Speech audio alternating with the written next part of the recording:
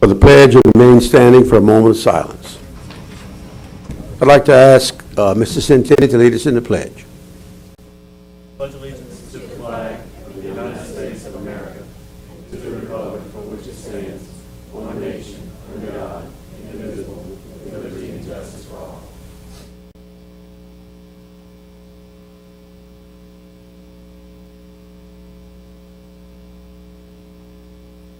Thank you.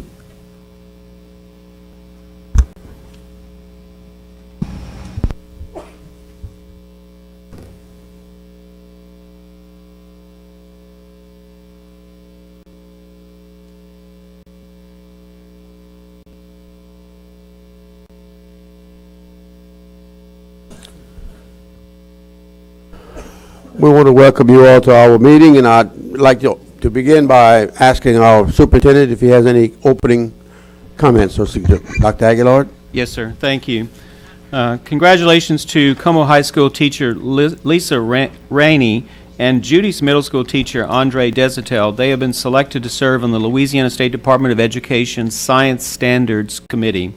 Congratulations also to 3 math academic coaches for being selected to serve on the Louisiana State Department of Education 2016-17 Teacher Leader Advisory Board. They are Adrian Bowden, Sandra LaBeouf, and Bridget Sumili.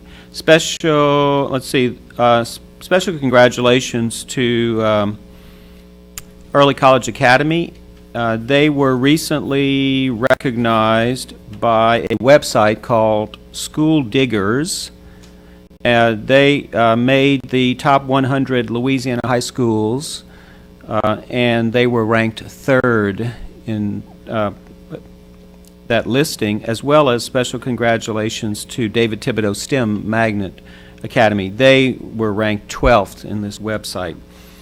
The following 5 students have been identified as state 4-H winners and will participate in national honors. Emily Laney from Como High is a 2-time state winner for livestock and for turkey. Emma Long from Paulboro, 8th grade, is an achievement state winner.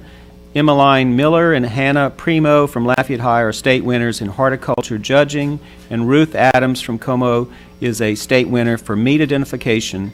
Other state awards include Emily Laney from Como High for Soybean Illustrated Talk, Hannah Cantor and Corana Landry from Lafayette High for Louisiana Chef Team, Brooklyn Joseph from David Thibodeau for Photography, Lauren Theall from Lafayette High for Leadership Award, Governor's Award, and Meat Identification, Joseph Theall from L.J. Alamon for 6th grade Livestock and Pet Care, Zoe Cassanu from David Thibodeau for Superintendent's Award, Alex Lagrone from Lafayette High for 4-H Talent, Andrew Thibodeau from David Thibodeau for Fishing Sports, Spencer Miguez from Lafayette High for Insect Identification, and Brittany Fuselier from Como for Poultry Judging. Congratulations also to the following 8 Lafayette Parish schools on being named a recipient of the Lafayette Master Gardener 4-H School Garden Initiative Mini Grant. Winning renewal of grant awards: Alice Boucher, $750. Charles Burke Elementary, $750. Judy's Middle, $750. G.T. Linden, $750. And L.E.O. Judy's also $750 renewal grants. New grant schools are Ernest Gallet. They will receive $1,000. Paulboro Middle School, $1,000. And Ridge Elementary, $1,000. Also, congratulations to science coach Suzanne Prince for also being selected to the Louisiana Department State Science Standards Committee. And a couple of announcements. The LEAP student and school and district results are set to be released by the Department of Education sometime during the day tomorrow. We expect that we will issue our own press release likely sometime Friday morning, and we expect that we are going to hear some great news from Lafayette student results based on what we can see with preliminary data. I also want to call to your attention that the Department of Education will be releasing an additional press release on Monday of next week talking about advanced placement results, and we have received a little preliminary nudge to tell us to pay close attention to Lafayette results. We're expecting that we're going to hear great news about our AP performance as a district for Lafayette Parish. And that concludes my report. Thank you, Dr. Aguilar. At this time, and correct me if I'm wrong, I'd like to recognize Senator Riser, who I think wants to introduce the Public Service Commission candidate, Dr. Green. Yes, sir. You may have the mic over there, sir. Yes, sir. It's a little different than on the floor in Baton Rouge. Well, you made me laugh on that one. Yeah, it is. It seemed like it is a lot different than that. And thank you. It's a pleasure to be here. I've served in the state senate now for 10 years and served with the Acadian delegation and worked with them extensively. I mean, I know that when we deal with them, everybody seems to be unified. I wish North Louisiana was unified sometimes like y'all's delegation is. Joe Robideau was great to work with when I chaired Revenue and Physical Affairs. We were able to do a lot of money to the Acadian Parish. But my purpose here tonight is I do want to introduce my friend who I'll be supporting, Dr. Craig Green. He's going to be running for Public Service Commission, and I'm going to let Craig come up and just tell a little bit about his background, kind of tell you who he is, and go from there. But as always, though, I've done a lot of work through the Acadian parishes and still hear any of y'all my open door policy. Mr. President, thank you, and all the members here. Thank you.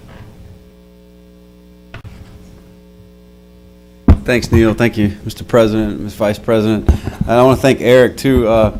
When my wife and I were at dinner a couple weeks ago, and I went and said hello to someone, and I came back, and she was talking to, at the time I didn't know Eric, and she said, who's that? And she goes, oh, that's Eric Nizek. And then we got to talking, and he invited me here, so thank you very much.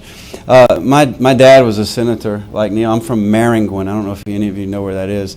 And by the way, I used to be a youth pastor, so I promised I'll keep this under 30 minutes and not pass the plate. I'm just kidding. Was that minutes or seconds?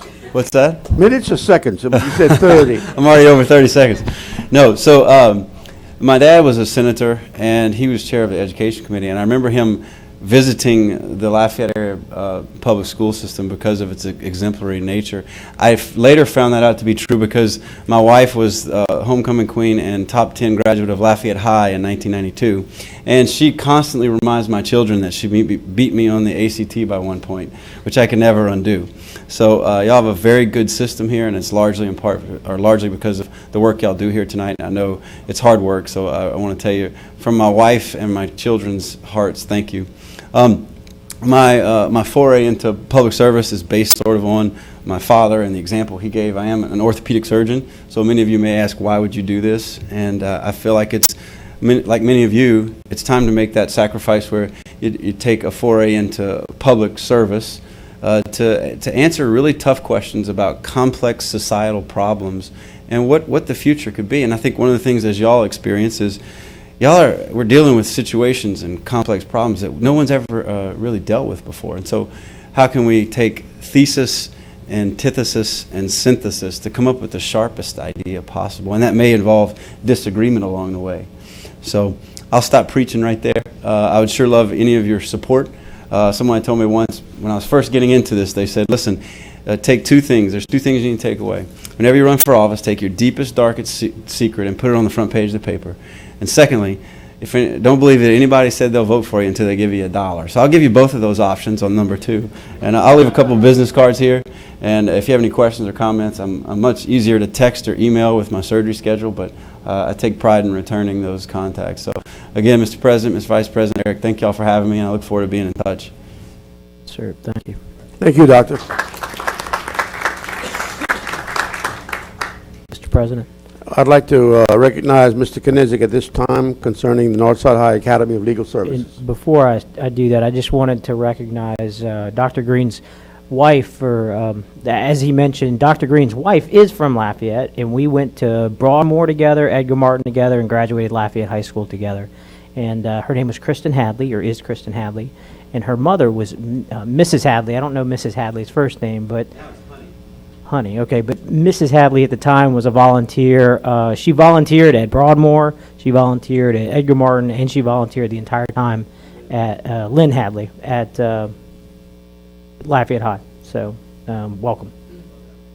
And now, without further ado, we're going to recognize Ms. Richardson, with the Director of Academy of Legal Studies at Northside High School, and she's going to tell us about their upcoming trip to Yale University.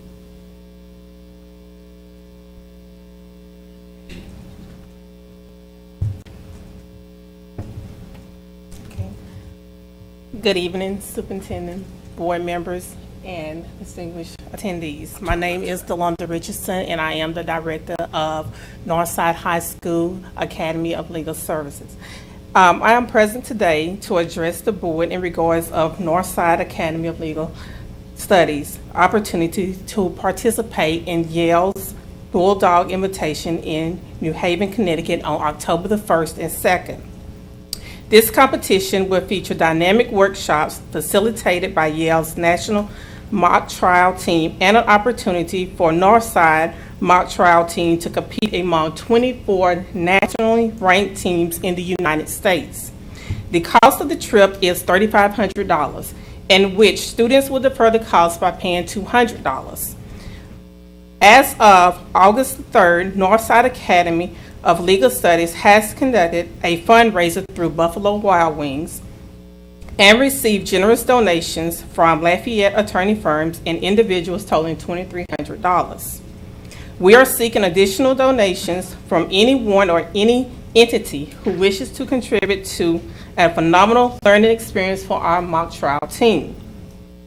Thank you for affording me the opportunity to discuss and share with you the things that we're doing with the Legal Academy at Northside. I had one question. So Yes. the amount that you still have yet to raise is how much? It's $1,200. $1,200. Okay, Yes. so you need 35. You've raised 2,300. I know that, and I wanted to recognize the Nooner and Pate law firm did donate $1,000 to that effort. And I'd like to just take this opportunity now to, for those who do watch the meeting on AOC, to please consider contributing to the Northside High School Legal Academy's trip. And this is Yale, as in Yale, the Yale University. Correct. And it's a tremendous opportunity for Lafayette Parish to send our high school students to Yale to represent us. So we're $1,200 left to go, and we need your help. So thank you. Thank you. When do you need it by, is her question? When do you need the money by? We will and- accept donations all the way up until September the 28th. So we have until September 28th to raise $1,200. Thank you. Okay, thank you all. I wanted to remind Senator and Dr. Green, if you guys have another meeting or something to attend, you may take leave at this time. If you're welcome to stay, but I know how it is, duty calls. And I want you to know you have tough shoes to fill over there.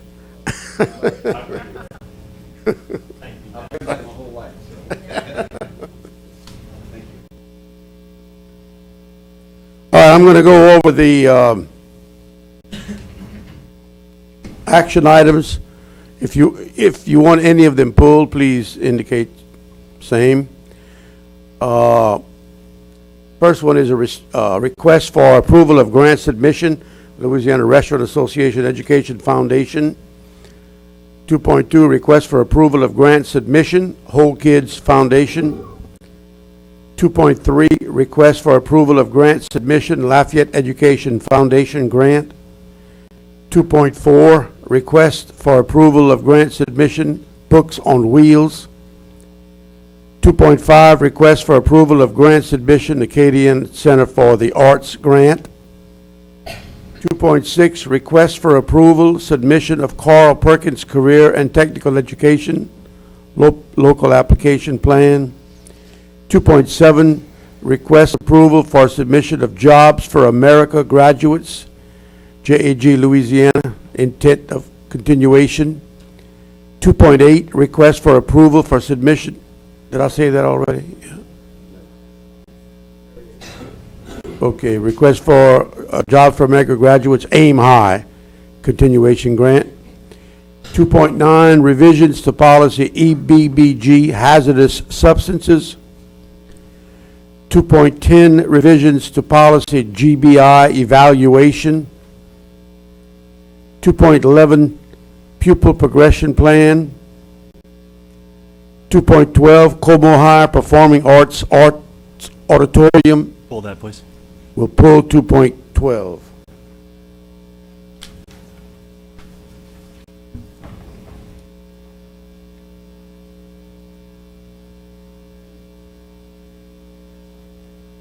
.13, Prescription Drug Plan Recommendation. Pull that, please. Pull 2.13. Yes. 2.14, Premium Assistance Plan for Contract Drivers. Pull that one, please. Pull that. Thank you. Pull 2.14. 2.15, Approval of Modified Job Description, Electrician 2. 2.16, Approval of Modified Job Description, Transportation Coordinator Operations. 2.17, Approval of Job Description, Federal Programs Supervisor. 2.18, Human Resources Reorganization. 2.19, General Fund Budget Revision, Request for Fast Forward. Pull that one, please.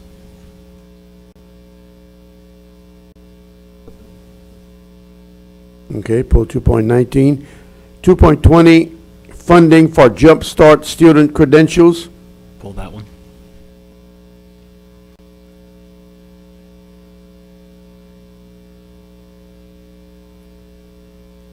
Two 2.21, Approval Proposal Recommendation, Garbage Collection and Recycling Services.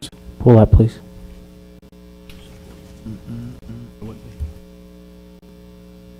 2.23, Approval to Advertise and Accept Bids for Lubricants, Engine Oil. That was 222. Oh, request for waiver from bus driver substitute pay provision, I'm sorry. Pull that one, please. 22. 2.23, that was the one to advertise for lubricants. 2.24, approval to advertise and accept bids for pallet racks. Bid number 13-17. 2.25, approval of all action consent items. Can you pull it to .18 as well? Yes, ma'am. Mr. President, I move that we approve all action items not pulled. Second. All right, we have a motion and a second that we approve all action items not pulled. Any questions or comments from any members of the audience concerning these items? From the board? If not, Madam Secretary, we'll call for the vote.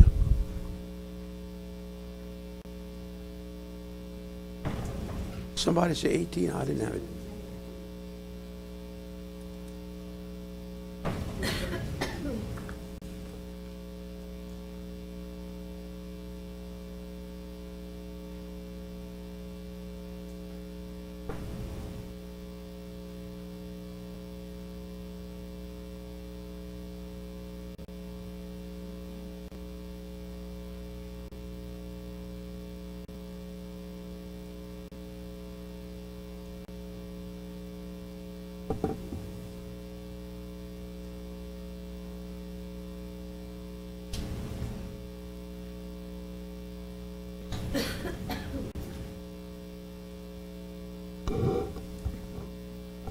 Nine for, none against. All right, motion carries. All items not pulled are hereby approved.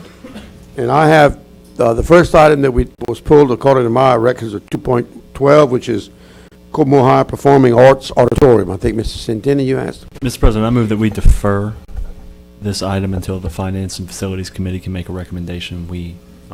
I'll explain after. All right. And a second by Mr. Knesset. I'm sorry, Mr. Hidalgo, I'm sorry. That's peripheral vision again. Motion to defer. Until the Finance and Facilities Committee can make a recommendation. Any questions or comments from the audience concerning this motion, which is to defer the auditorium project? Any other questions or comments from members of the board? Mr. President, I just wanted to say there's been a lot of good conversation on this project at the committee level, and I don't think we have any kind of consensus yet. Certainly, the Finance Committee didn't make a recommendation on the financial options for this. So we're going to take a look at it again next month after staff comes back to us, so I thought it'd be appropriate to defer at this time. Any other questions or comments concerning the motion from members of the board? If not, Madam Secretary, we'll call for the vote.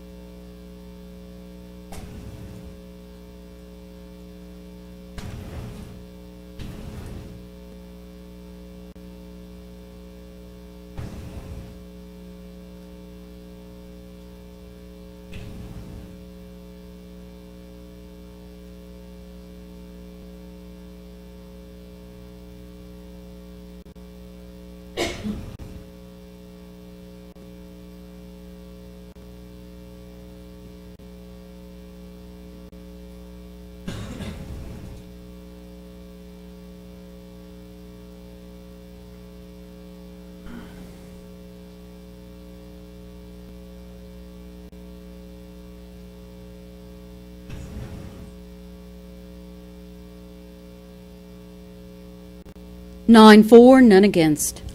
Thank you. Motion carries. We'll move on to the next pulled item, which is the prescription drug plan recommendation.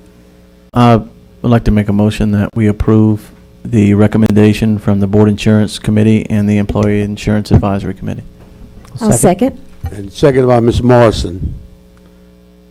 That we approve the drug plan recommendations. Any questions or comments from any members of the audience concerning this plan? From members of the board? Yes, sir. I do have a question for Mr. Fontaine. I think I saw him in the audience. I'll wait until you get to the podium. Thank you.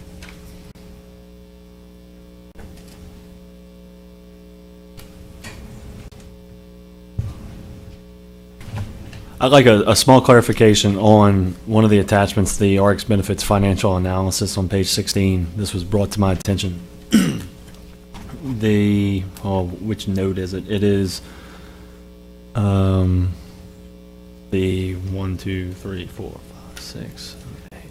10th note on page 16. And says, in an effort to continue to help promote less expensive products for your plan, the CVS Caremark, Optum RX, and Express Scripts PDL formulary was modified to exclude coverage of a select number of costly branded drugs. The drugs that are being removed were selected based on their low usage rates and the ready availability of alternative drugs in the same drug class. Now, I remember in the committee meetings that several times it was mentioned that the formulary would not be changing. So I'd just like a clarification from you on what seems to be a contradictory note. Right.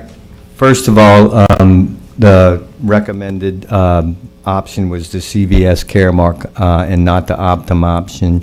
And secondly, the formulary is grandfathered for that 3-month period. Thank you very much.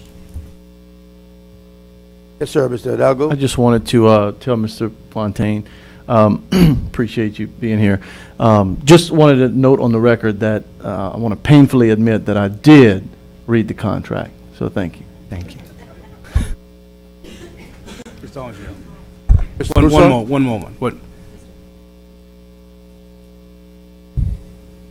Oh, you said the plan in your presentation is going to save us $3 million. What puzzling the question that was asked to me by a few people is how do we pay for this? How do you get paid? Do we write you a check? How is the percentage? We're going to save $3 million on this plan. How do you profit from that? The savings are derived from increased discounts, increased rebates on brand name medications and lower dispensing fees. We are your consultants. We aren't paid anything from this recommendation or doing business. We went out knowing that your prescription drug contract could be improved upon and negotiated this service through RX benefits. And not only do we believe that there'll be savings there, there'll also be increased services that RX benefits will provide. RX benefits will receive a fee from the pharmacy benefit manager for this, which is disclosed in the presentation. Any other questions or comments? If not, Madam Secretary, we'll call for the vote.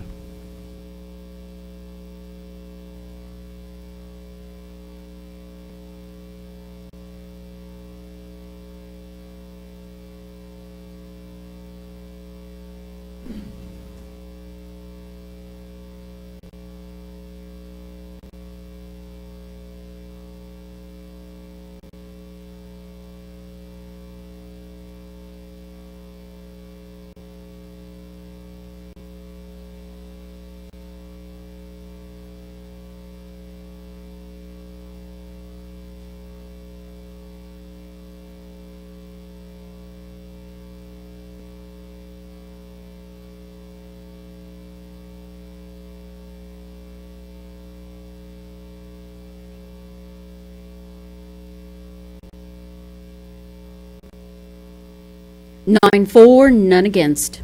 Okay, motion carries. We'll move on to item 2.14, Premium Assistance Plan for Contract Drivers.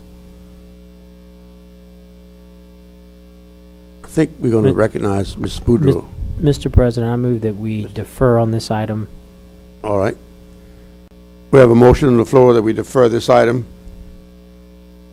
And a second by Ms. Morris. Any questions or comments from any members of the public concerning this motion? Members of the board? Yes, sir. We're deferring till when? I thought we were on a deadline. Well, I think it's an artificial deadline. I mean, we've already voted to increase the insurance limits. Okay. This was, one is not tied to the other. So I would say that we're still investigating on what we can legally do to compensate, if we can do anything at all to compensate for the increase in insurance requirements. But we just don't know enough yet. Thank you. Ms. Boudreaux, you want to comment?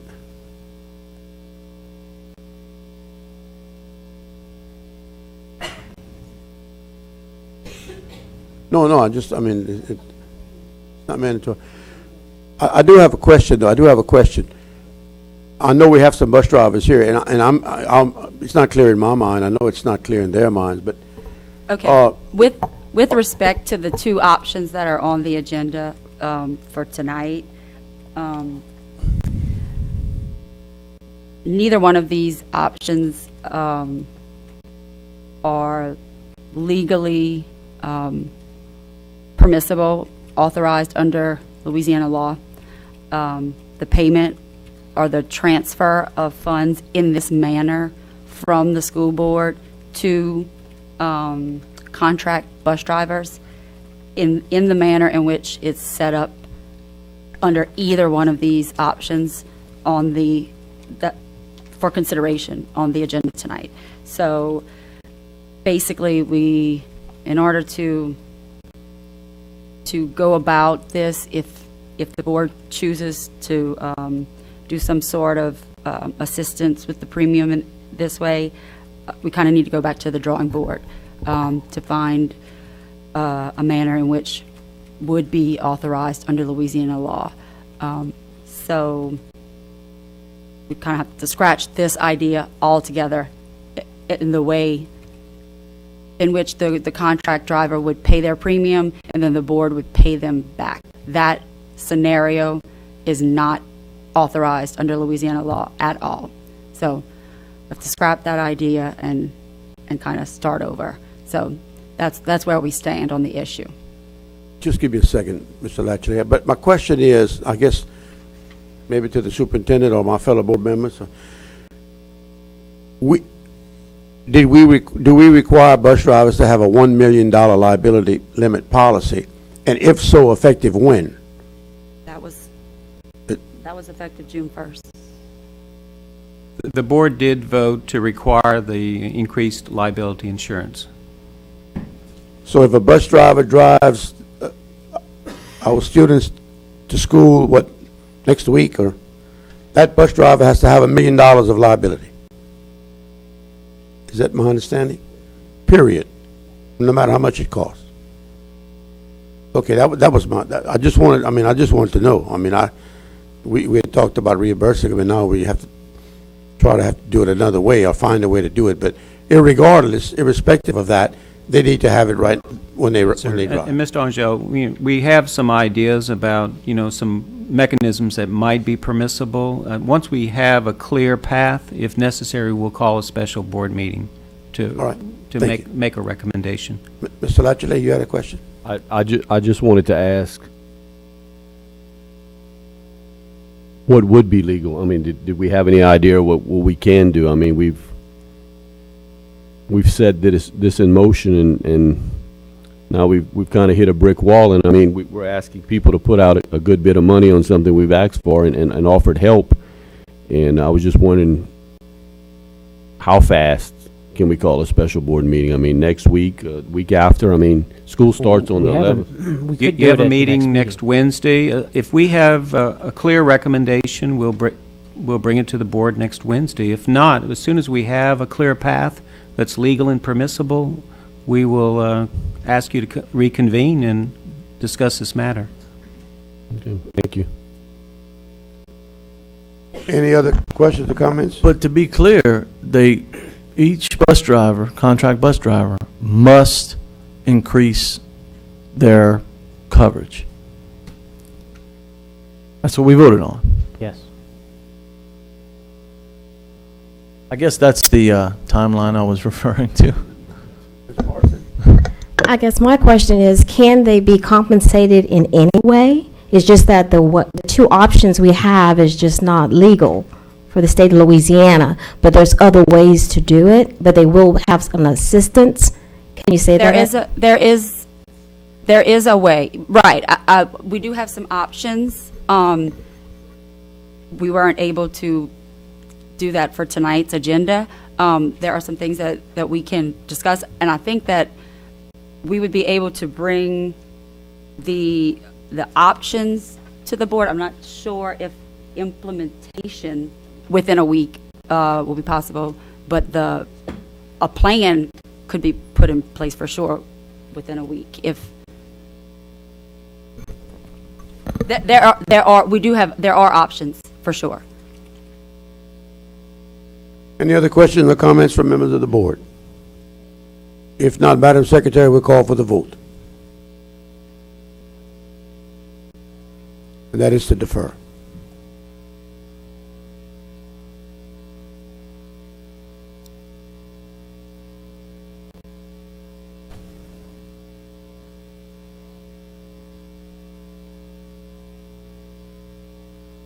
Nine for, none against. Okay, the motion carries. I have Human Resource Reorganization as the next item pulled. Did you pull that, Dr. Chasso? I just wanted to hear the reasoning behind the possible raises. I know we need a motion, so if you want to make it, or you? I'll make it. I want to hear. Okay, I'll go ahead and make the motion to approve the, trying to find the agenda item, Mr. President. Human Resource Organization. I make a motion to approve the Human Resource Reorganization. I'll second. Ms. Morris, second. Ms. Thibodeau might want to come up at this point. Or I can begin to try to answer your questions.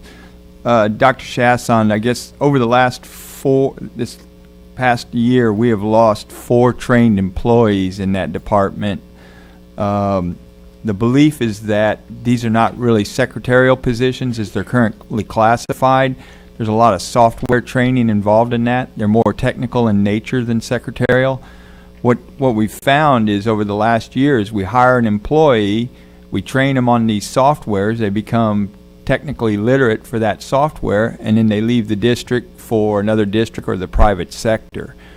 We got a budget, 80% of a $400 million budget goes to that office.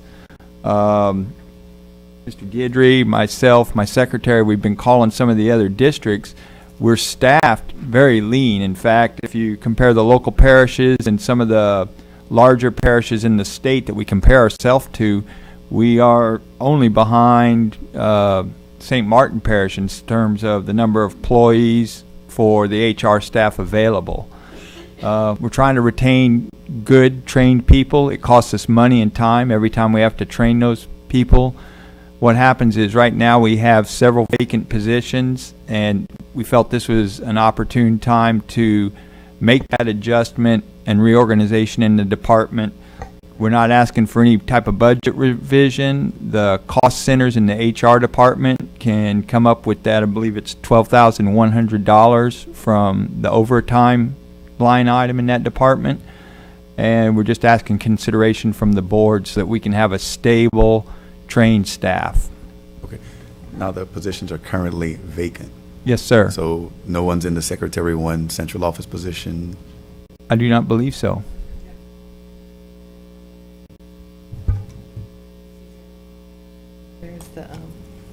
Here it is. Yes, the positions are vacant at this time. We have 3 positions vacant, and really Mr. Craig said it as well as I could say it. We want to protect your resources and maintain people in there that will protect the resources, because our budget, 80% of it goes through human resources. So we need to train people and just retain them and not train them, then they go out in the private sector and make more money. And if you look at what their salary will be, their salary still will be low, but it does give them a little bump, a little encouragement. So all 3 positions were positions that were filled at one time, all 3 of these specific positions, and then now folks have been trained and left, and there's no one in the positions? Right. We have 3 vacant positions at this time. Okay.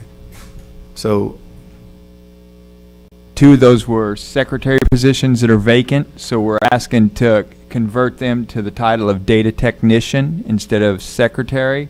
Okay. And the lady that operated the substitute system, it's called EARS, she left, I believe, Monday for the private sector. Okay. We have to understand that whenever I apply for a position, I'm aware of what the wage is. I'm aware of what the salary is, and the notion that someone leaves. People tend to leave for higher paying jobs, but at the same time, it wasn't the fact that, well, it's being paid so low at this point that, oh, I'm just going to take it in the meantime until I find something else. I mean, we naturally lose folks all the time, teachers, principals, assistant principals. My issue with it is, and I think the item still may pass, I at least want to voice it, is that there are a lot of custodians and cafeteria workers and paras and I mean, just a number of positions that folks have been begging us for the longest time. Hey guys, I need a raise. I need a raise. I haven't gotten a raise. The teachers get that supplemental pay and an extra check and a bonus check, and yet we still somehow, even though we're always strapped for cash, still manage to find thousands of dollars to give folks at central office pay raises. And that's a huge issue for me. It always has been. I know we once spoke about finding some type of funding mechanism because we were blessed to have the tax for the teachers at one point. It didn't include custodians and cafeteria workers, but we still seem to always trend toward something other than, and listen, it's not anyone's fault. It's not Suzanne's fault. It's not Joe and Ned or Don's fault. I understand that we are in this position and we think we've found a way to retain some of these folks, but we still lose cafeteria workers and custodians every day as well, but we're not finding that mechanism to pay these folks more money. So I at least wanted to voice that concern. I can't support it. I'm sure it probably will still pass, but we always find more money to pay someone else. And $3,000 can go a long way to a custodian and a janitor. Yes. Mr. Hidalgo? I share Dr. Chasson's concern, but I do believe, having known a long time ago, an individual that served in that capacity, I do believe when they say these individuals don't just take this job temporarily, they take this job because no one else is going to hire them because they're not trained.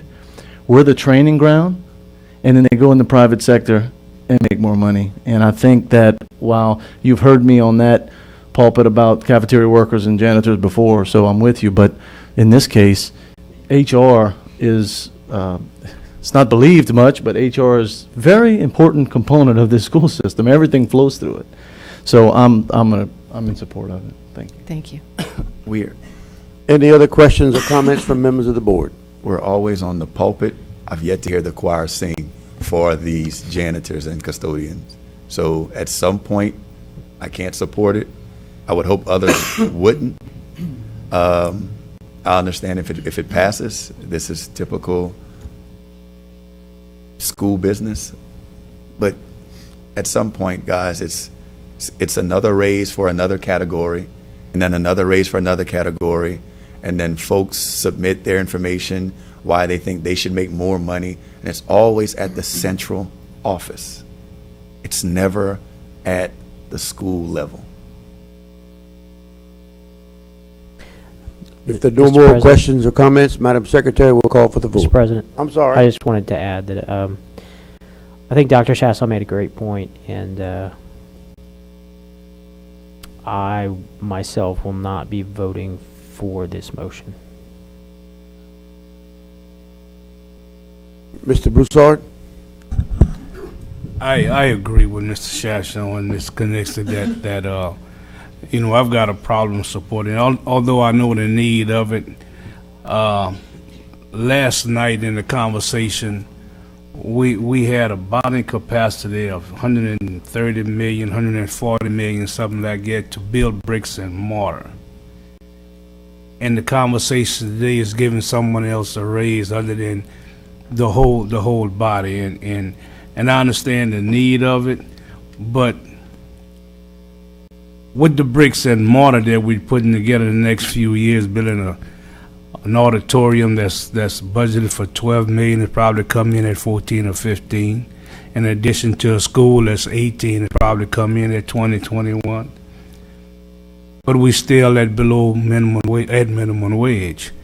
And I don't know if we can find a way in that $130-40 million that we're trying to dig up to try to assist others other than personnel or central office, as they call it, to help them in their struggling everyday life. So even though I understand the need of it, supporting it is very difficult for me. Dr. Chasson?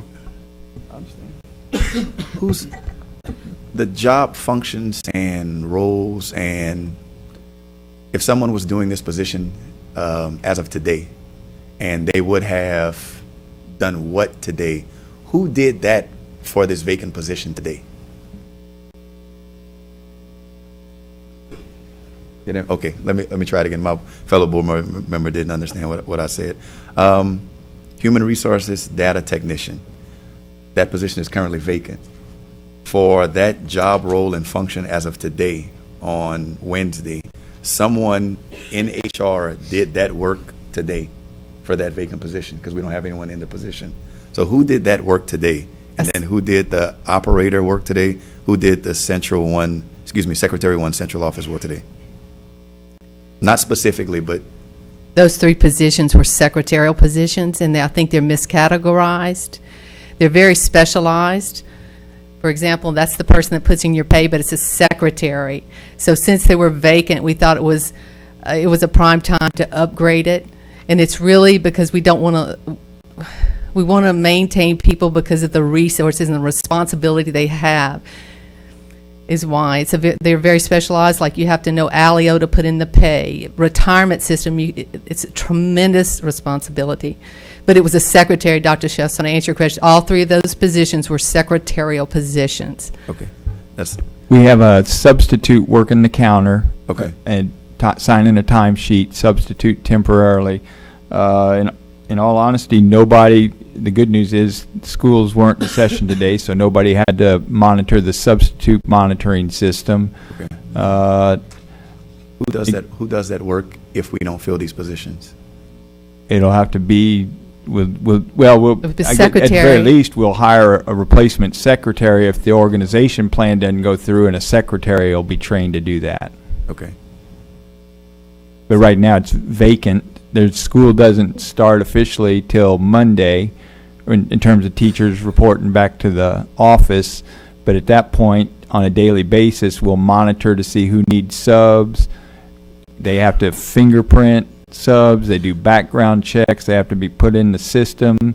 They work with the principals to formalize and finalize their reports. I don't doubt the work that they're doing, but I'm saying we're labeling this a vicious cycle, and it's actually not one. Because if there are folks that are within this realm of Lafayette or even Brobridge, Cecilia, wherever, that are willing to come here and work as a substitute in that position, then it's actually not a vicious cycle, because someone is willing to do that work at that pay, and not even at that pay that we're suggesting, not even the original pay where it is currently. They're willing to do it at a substitute pay. So there are folks that actually want jobs and need jobs, but we're going to give raises to a position that we can find folks to actually do it. And if someone can absorb these job duties and roles, then... Well, I guess the lady substitute working at the counter, she's really not doing anything technical in terms of software. She is just meeting and greeting employees and applicants that are coming to the counter and sending them to the right department.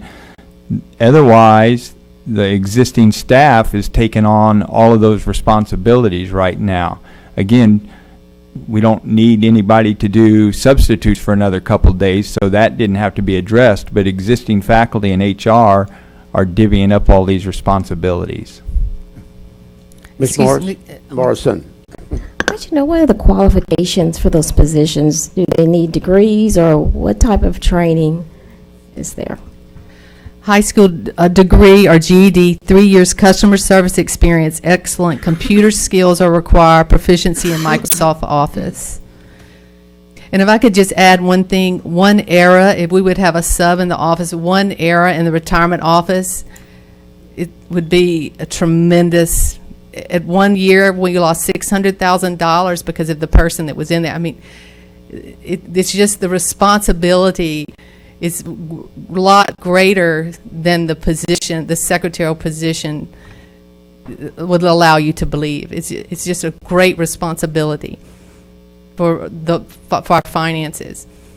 So, I think the issue that I have the most problem with is that we're talking about giving 3 select people an 11% pay increase.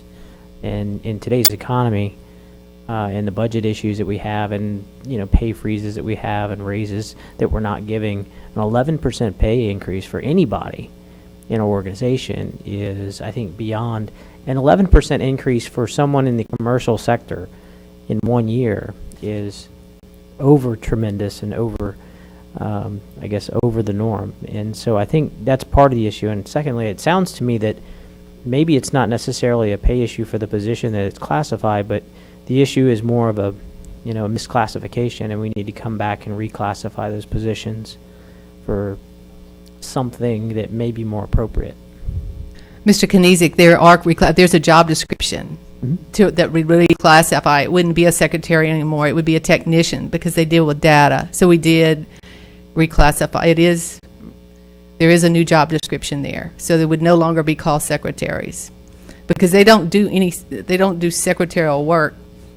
But I understand, I respect whatever, I just thought it was my responsibility to bring it to you, because there's so much money, and I feel real responsible for your resources that go through there, and I just felt a responsibility, but I do respect your, whatever decision that you make. Ms. Morrison?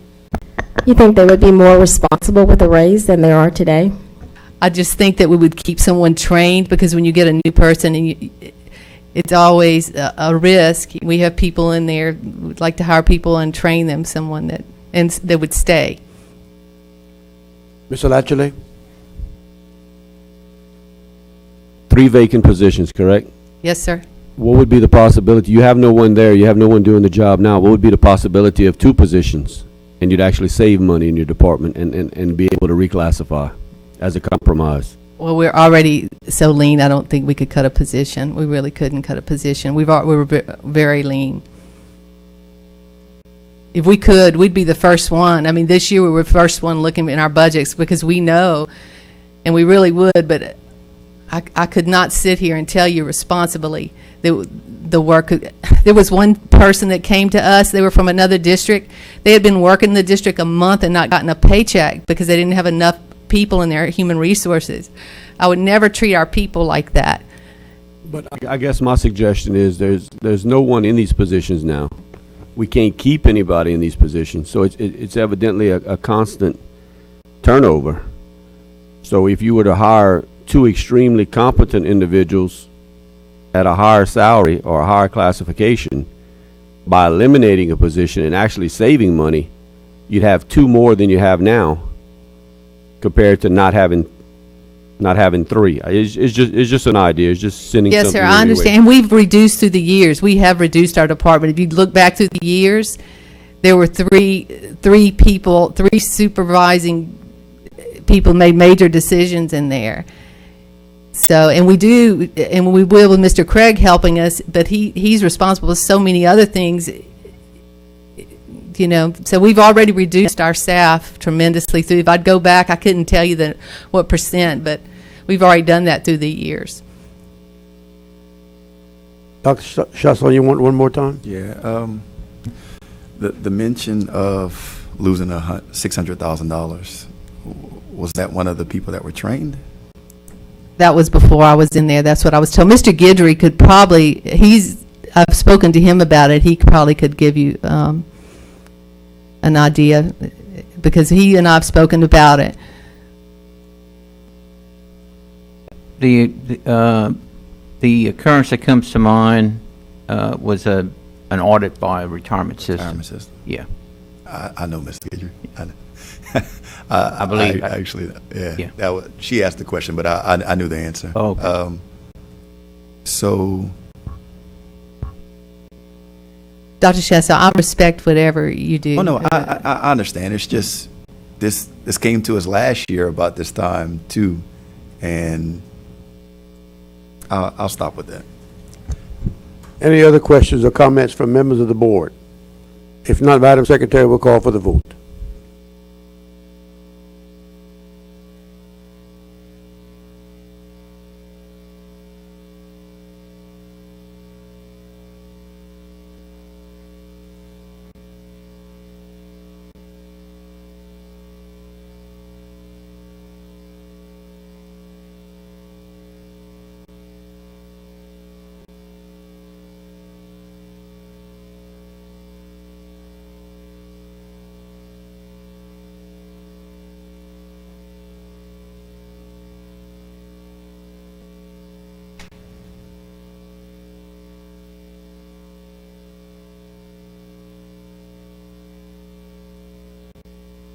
Five for, 4 against. Motion carries. We'll move on to 2.19, which is General Fund Budget Revision Request for Fast Forward.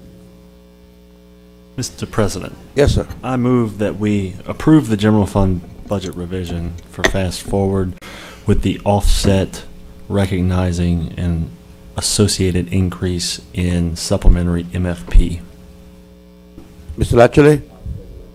Second by Mr. Latchley to approve the General Fund Budget Revision Request for Fast Forward. Any questions or comments from any members of the public concerning this motion? From members of the board? Mr. President, Yes, sir. I'll explain the secondary portion of the motion. It was, the Finance Committee heard various revenue sources to pay for this, one being general fund reserve, another being that we could recognize an increase in property tax revenue in this year, or we recently received a letter from the State Department of Education stating that we're going to be receiving roughly $600,000 in supplementary MFP allocation. And so the secondary portion of the motion is to allocate, I think it was $88,000 from that supplementary allocation to this one-time expense for the perpetual license of Fast Forward. Any other questions or comments from members of the board? If not, Madam Secretary, we call for the vote.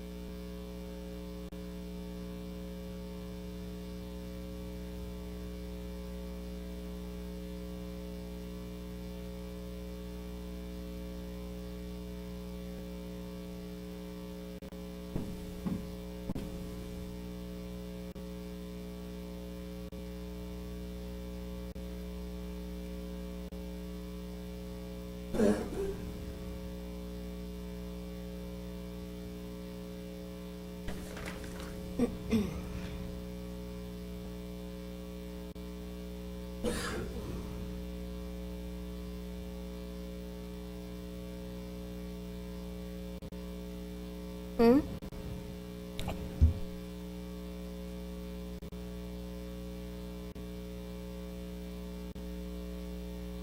Eight for, none against. Okay, motion carries. Moving along to item 2.20, funding for Jump Start student credentials. Mr. President. Yes, sir. I move that the board approve funding for the Jump Start student credentials with the offset coming from an associated recognition of MFP allocation. I'll second. Seconded by Ms. Morrison. Any questions or comments from members of the public concerning this motion? Members of the board? Yes, sir, Dr. Chasson. Can someone explain what the associated MFP is specifically?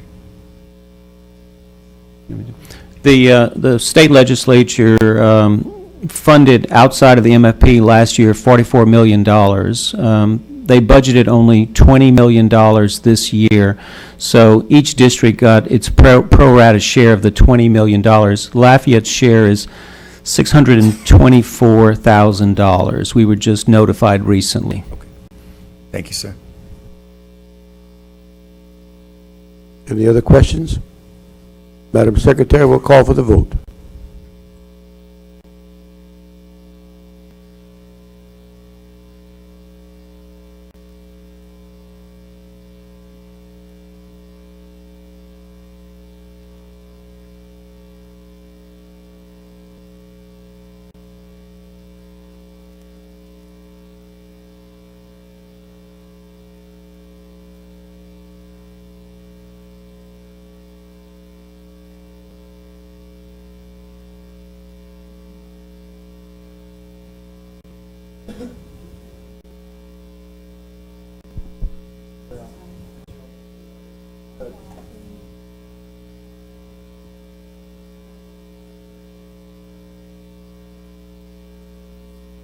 Nine for, none against. The motion carries. Moving along to item 2.21, approve a proposed recommendation concerning garbage collection and recycling. Mr. President, oh, it was you. Okay. You can make the motion. I move that the board approve the RFP Evaluation Committee's recommendation to award the garbage collection and recycling services RFP to Waste Management, with the contract containing a recycling pilot program up to a maximum of 10 school sites. Seconded by Mr. Hidalgo. I'm glad to hear that recycling's in there. Mr. Guidry, you have a comment? Yes, I would I would just ask that the rejection be added to the motion. Rejection of the proposer who received the highest number, and then the award to Waste Management. Certainly, sir. I move that the board approve the RFP Evaluation Committee's recommendation to reject the proposal of the highest total evaluation points receiver, Waste Connections Incorporated, formerly Progressive Waste Solutions, and award the Garbage Collection and Recycling Services RFP number 22-16 to Waste Management with the executed contract containing a recycling pilot program up to a maximum of 10 school sites initially.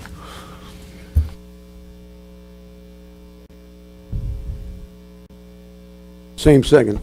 Mr. Hidalgo. We're ready to vote. I have questions. Sorry. I'm sorry. Yep. Yes, sir. Mr. Gidger, did we attempt to negotiate with Waste Connections? And the reason I'm asking that is that, you know, we're trying to move to more objective, measurable, you know, I guess qualitative type measurements for evaluation, and we set a criteria and we assigned a point value system to it. And I recognize that their bid is above our budget, but when they were when we look at these four bidders, they scored the most points. Did we give them an opportunity and may we give them an opportunity to negotiate to a value of contract that is within our budget before we reject them outright? I don't know if I would defer that to Ms. Bamino as to whether or not we have that option. I know that the RFP allows for the rejection. The wording on it specifically mentions that it has to be within the provided resources, but with regards to your specific question, I would defer I think to Mr. Francis can help us, but if I'm not mistaken, there wasn't in the RFP. It states that this is your price. You can't negotiate. You know, this is your one shot at giving us a proposal. Yes, a provision within the RFP stated that there was no best and final offers that could be submitted. Okay, that answers the question then. You guys want the floor? Go ahead.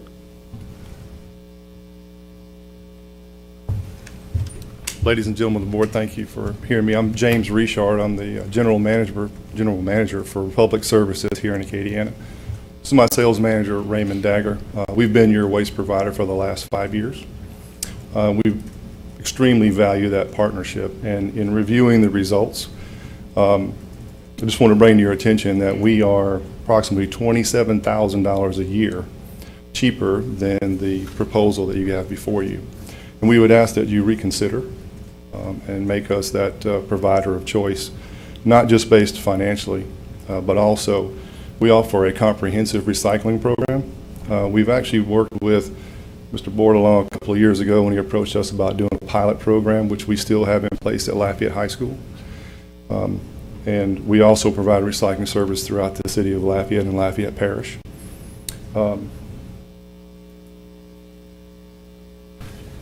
So we've also, Mr. Superintendent, been very supportive of your golf tournament every year. We also provide an extended e-waste program, which maybe wasn't communicated clearly through the RFP. Our company is committed to recycling and has been for quite some time, and one of the leaders in the nation when it comes to recycling, particularly when it comes to what can be recycled from the schools, which is a lot of paper and a lot of e-waste. So we're completely equipped to handle that material.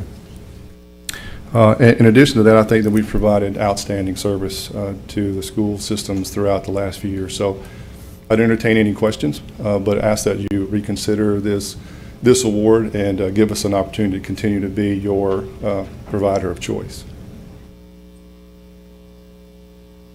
Thank you.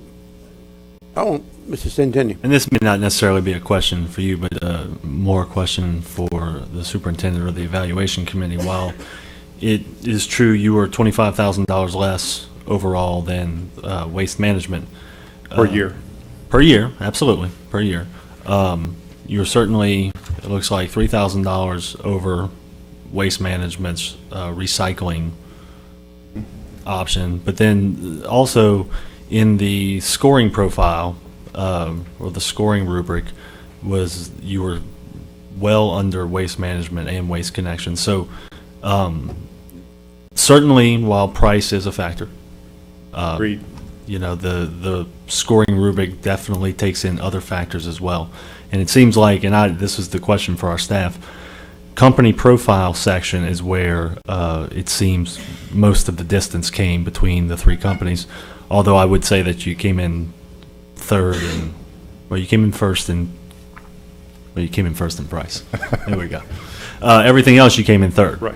And so, Dr. Aguilar or Kyle, Mr. Bordelon, what's involved in company profile? What's involved in work experience and references? In reporting services, those types of things. It seems like references for the company we're already using for them to come in third, we must have some kind of personal knowledge there. So I think it'd be fine to explain to these gentlemen. Lee Francis, purchasing agent. I'm sorry I didn't identify myself the first time. Within the years of experience, it was just a scoring rubric just for years of experience of the company itself. This is all within the company profile. The next thing was number of active commercial clients in Lafayette Parish. Republic Service did state their national numbers, but they did not identify commercial clients within Lafayette Parish. That hurt them there. The next thing was existing school board contracts in the state of Louisiana, and they did identify that. So 2 items out of the 3 there, they obtained the full points, but they missed it on the second one, which was commercial clients in Lafayette Parish. Work experience and references. You got a point per verified reference with positive referral. There, we only had 2 positive referral references that we received back. The second item was detailed description of similar projects in the last 5 years. For the most part, they received the total points there. You're welcome.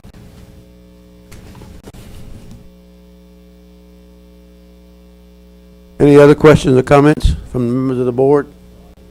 Yes, sir.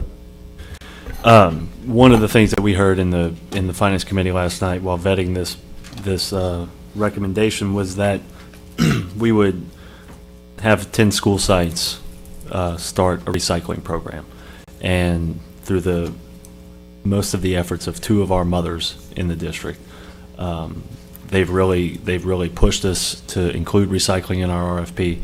They, I would say, might as well have been on the scoring committee the way they went over these proposals with a fine-tooth comb, and have really been involved every step of the way. And some people may have read an article in The Advocate a couple months ago about Amanda Waddle and Catherine Como at Woodvale Elementary School, who have personally implemented a recycling program despite the fact that we have none in the district.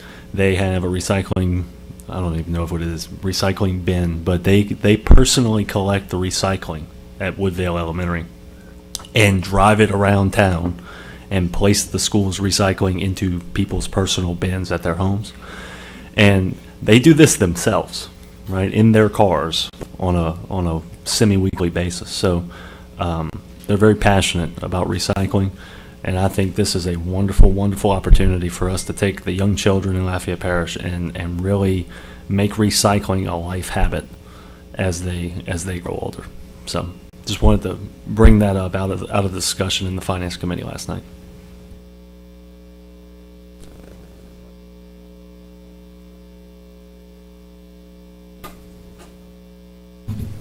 Excuse me. I'd just like to make one point on the recycling piece. Raymond Dagger, sales manager. Last year we did present a solution for recycling. I think that was, at the time, determined to be outside of budget. We talked about providing the resource at multiple locations, but again, it was talked about to be out of the budget. So I just want to make it clear that we were one of the first to present a pilot program, and we're still doing that at Lafayette High today. Thank you. Quick note, that program at Lafayette High, when we met with Kyle a couple of years ago, so we understood it was logistics was a lot of the problem, was actually getting the recycled material to the container outside. Maybe a little difficult for your admin staff or custodial staff, so we provide them with some carts to put throughout the campus, which were clearly identified as recycling carts. That way, when they were full or when they thought they needed to be emptied, they would know which containers to use to get out to the main container, which was out at the street, which we knew which one to dump when it came for that time. So we actually set up a logistics plan to actually accomplish that, and we've been doing that for a while, and we're more than happy to expand that. That is not a problem. So I think we've done a really good job, a really nice job of trying to address the issues as you guys have had funds available, and we understand that, and we want to work within that framework. So I respectfully ask that you reconsider and consider us to continue to be your provider of choice. Thank you. If there's no other questions or comments, Madam Secretary will call for the vote on the motion.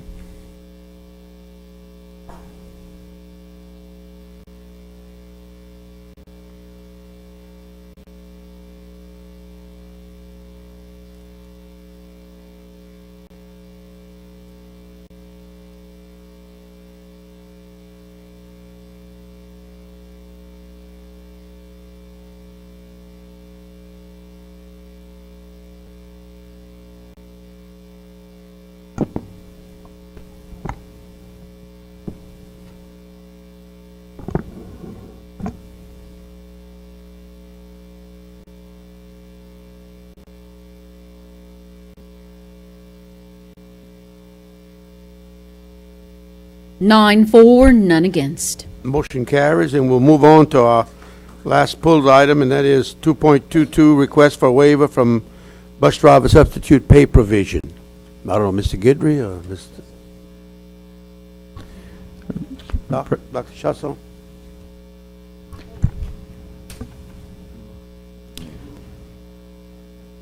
Oh, y'all can go ahead, guys, have at it. You want to make a motion that we increase the pay for bus drivers? I retired from making motions again.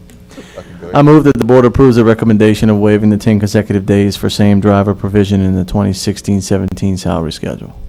Mr. Latchley seconds the motion. Question? Dr. Chassel? Yeah. I wanted to, for those of you who weren't here or weren't available, hey, Mr. Samick, how you doing, sir? It's always good to see you. We've got a recommendation, apparently whenever bus drivers, substitute drivers are driving, you have to drive the same route, correct me if I'm wrong, same route for the same driver for 10 consecutive days. And apparently that is causing us to lose substitute bus drivers. And I would like to see in the future, granted this is a step in the right direction, I would like to see us waive a few more of those restrictions, because same route and same driver is one thing, 10 consecutive days is another. And I understand there were reasons behind it. I'm glad the person is here who can speak to it. I'd like to speak with him after the meeting. And I do support this, but I'd like to see it go and stretch a tad further. But we do have to wait on the ramifications of the monetary situation, because it does lend us to be stretched in other categories where we have substitute situations. And Mr. Guidry directed HR last night to start developing those comparisons that the committee asked for. Thank you, Mr. Craig. You must have taught gifted, huh? Yeah. The students, not me. Thank you, sir. Any other questions or comments from members of the board or the public? If not, Madam Secretary will call for the vote.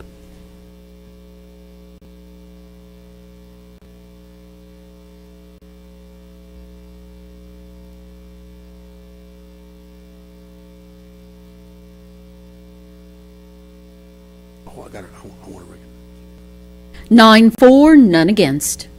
Okay, motion carries. That was the last item on the agenda, but I do want to recognize, before we adjourn, Dr. Chassel. Thank you, Mr. Angel. Thank you, board members. I received a text message today, and it was from my mom. And my mom said, "Hey, today's your dad's birthday." And I said, "Really?" Now, for you to hear me say "really" with a question mark, you're like, you don't know your dad's birthday. But by the time I was born and growing up, he wasn't around.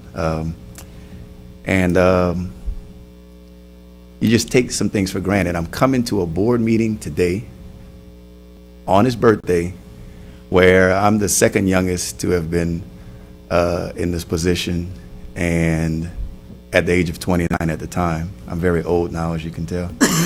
And only to have been beaten in that category by my dad, who was elected at 21.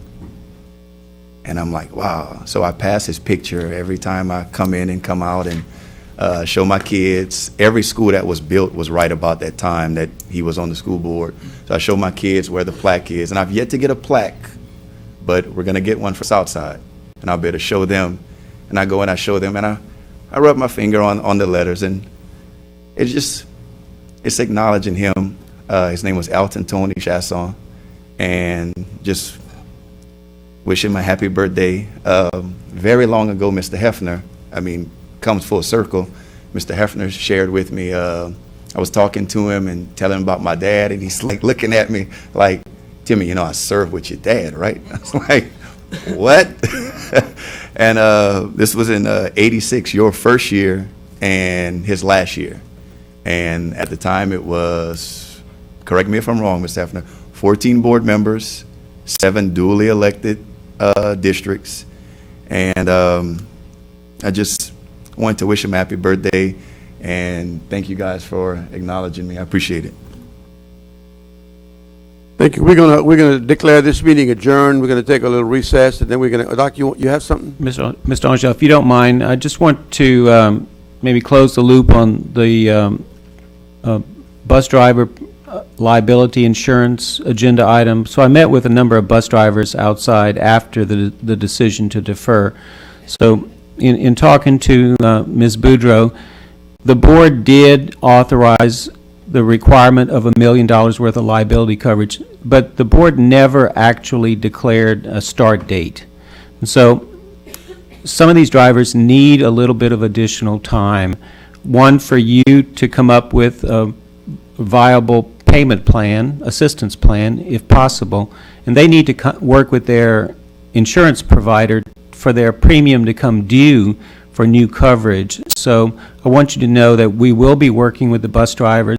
Some of them may not have full $1 million worth of liability coverage on August 11th, but they plan to do so shortly thereafter. All right, thank you, Doc. This meeting is adjourned, and we're going to reconvene in 10 minutes concerning the rezoning.